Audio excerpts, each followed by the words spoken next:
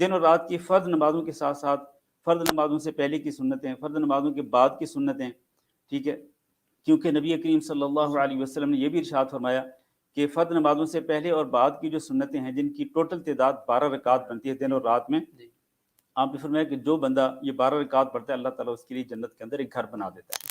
لہذا یہ عمل نہیں چھوڑنا چاہیے۔ فرض نمازوں سے پہلے اور بعد کی جو سنتیں ہیں جن کو ہم سنن مؤکدہ کہتے ہیں وہ پابندی کے ساتھ پڑھنی چاہیے۔ اسی طرح جو باقی نفل نماز ہیں، مثلا نماز اشراق ہے، اسی طرح نماز چاشت ہے، اسی طرح رات کو نماز تہجد ہے، اس کا خصوصی طور پر اہتمام کرنا چاہیے ان دنوں کے اندر۔ اسی طرح نبی کریم صلی اللہ علیہ وسلم ان ذوالحج کے پہلے 9 دنوں کے روزے بھی رکھا کرتے تھے، جیسے کہ سنن ابو داؤد کے اندر ہے۔ لہذا اگر کسی کو اللہ تعالیٰ توفیق دے تو 9 دن کے روزے رکھنے چاہیے۔ اگر پورے 9 دن کے روزے نہیں رکھ سکتے تو چلو کم از کم سوموار اور جمعرات کے روزے ہی رکھ لیں۔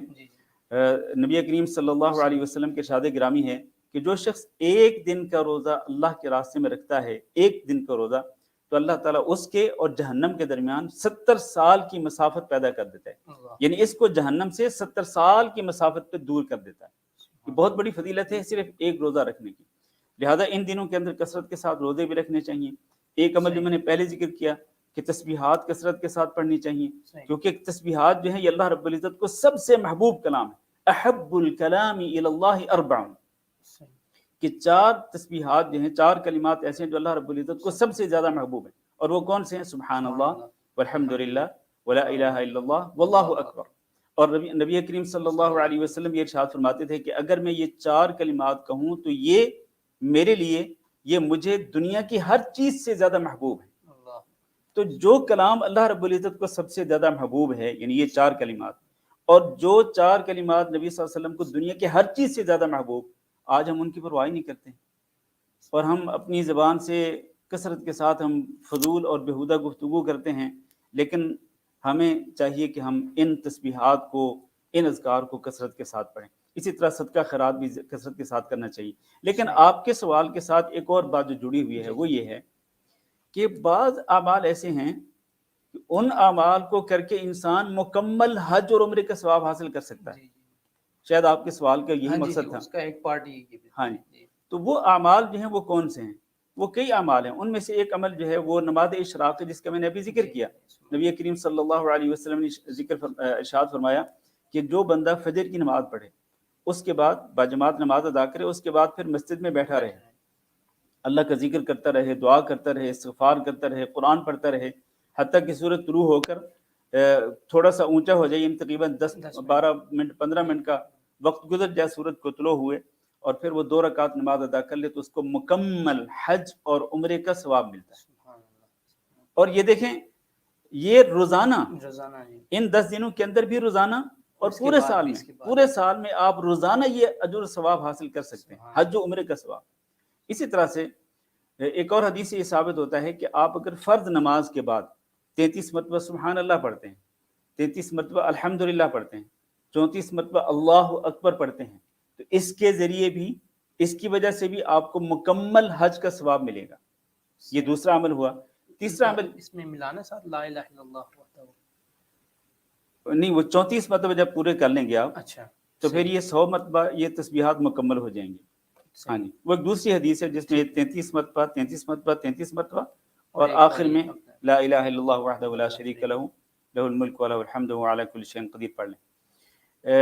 اسی طرح ایک اور عمل نبی کریم صلی اللہ علیہ وسلم نے ارشاد فرمایا کہ جو شخص گھر میں وضو کرے، اچھی طرح سے وضو کرے، اور پھر وہ مسجد کی طرف روانہ ہو جائے، اور مسجد کی طرف جاتے ہوئے اس کا کوئی ارادہ نہیں سوائے اس کے کہ وہ فرض نماز ادا کرنا چاہتا ہے، ٹھیک ہے، تو اس پر بھی اس کو مکمل حج کا ثواب ملے گا۔ ہر نماز۔ اب آپ دیکھیے یہ 10 دن ہیں، روزانہ آپ 5 نمازیں پڑھتے ہیں۔ مردوں کو تو چاہیے کہ مردوں پر تو ویسے بھی فرض نماز مسجد کے اندر جا کے پڑھنا واجب ہے، باجماعت نماز کے ساتھ نماز ادا کرنا واجب ہے، اور کوئی بندہ اگر بغیر عذر کے فرض نماز باجماعت نہیں پڑھتا مسجد میں جا کر تو وہ گناہ گار ہے وہ۔ لیکن آپ اگر یہ 5 نمازیں روزانہ مسجد میں جا کے پڑھیں، اپنے گھر سے وضو کر کے جائیں، مسجد میں جا کے نماز پڑھیں، ہر نماز کے بدلے میں آپ کو مکمل حج کا ثواب ملے گا۔ تو گویا کہ روزانہ آپ 5 مرتبہ، اور اگر آپ نماز اشراق کو بھی ساتھ ملا لیں تو 6 مرتبہ آپ کم از کم 6 مرتبہ آپ مکمل حج کا ثواب حاصل کر سکتے ہیں، بغیر ٹکٹ کے، بغیر ٹکٹ کے، دام ویزے کی، بغیر کچھ سبحان خرچ اللہ، کیے. ہاں جی، اتنا آسان بغیر حج و عمرہ کی جو مشقتیں ہیں سفر کی، وہ مشقتیں برداشت کیے بغیر یہ چھوٹے چھوٹے اعمال جو ہیں ان کو کرنے سے آپ مکمل حج کا ثواب حاصل کر سکتے ہیں. اس سے بھی زیادہ آسان نبی صلی اللہ علیہ وسلم نے فرمایا کہ جو شخص مسجد میں جاتا ہے کس لیے جاتا ہے؟ لخیر یتعلمہ او یعلمہ، کہ وہ کسی خیر کو، خیر کی بات کو سیکھنے کے لیے جاتا ہے یا خیر کی بات کو سکھلانے کے لیے جاتا ہے، یا سیکھنے کے لیے یا سکھلانے کے لیے جاتا ہے، تو اس کو اس پر مکمل حج کا ثواب ملتا ہے. سبحان اللہ. اب دیکھیں یہ کتنا بڑے آپ جب بھی ایک تو آپ نماز پڑھنے کے لیے ویسے جا ہی رہے ہیں، جی جی ٹھیک ہے، آپ ساتھ یہ بھی نیت کر لیں کہ میں نے کوئی خیر کی بات سیکھنی ہے یا میں نے سکھلانی ہے. ٹھیک ہے، خیر کی بات سیکھنے کے لیے ضروری نہیں کہ وہاں پر کوئی باقاعدہ درس ہو، کوئی لیکچر ہو تب آپ سیکھیں، نہیں. آپ خیر کی بات، آپ فرض کریں آپ مسجد میں جاتے ہیں، کوئی کتاب پڑھی ہے، اس کتاب کو اٹھا کے آپ دیکھتے ہیں، کوئی خیر کی بات آپ نے پڑھی، آپ نے سیکھ لی، جی، اس پر آپ کو حج کا ثواب مل گیا.